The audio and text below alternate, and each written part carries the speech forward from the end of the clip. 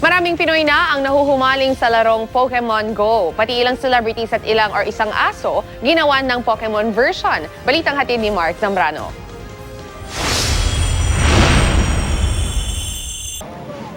Paikot-ikot, biglang hihinto at may hinahanap sa Quezon Memorial Circle si John Palomas. Yun pala, nanguhuli siya ng Pokemon. Mapipilitan ako mag-exercise ngayon. Talagang lalakad, bisikleta, lahat. Gagawin mo talaga para lang mahuli sila lahat. Talaga ba sinadya? Ang ilang netizen naman, kanya-kanyang pagbibida sa style nila ng paglalaro. Gaya nitong isa raw social climber. Todo alalay sa kanya ang kanyang tauhan na may dala pang payong. Ready rin ang upuan hanggang sa pag-catch, social.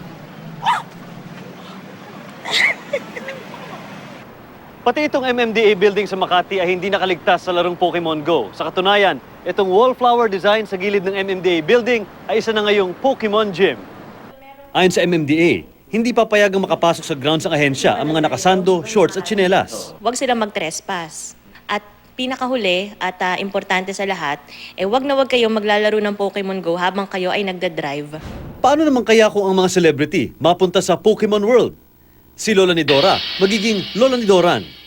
Magiging Goldeen Richards naman si Alden Richards. Ang mag-aamang paras, bagay na grass-type Pokemon na paras. Ang aso namang ito, hindi nagpahuli. Siya raw si Pikachu Dog. Mark Zambrano, GMA News.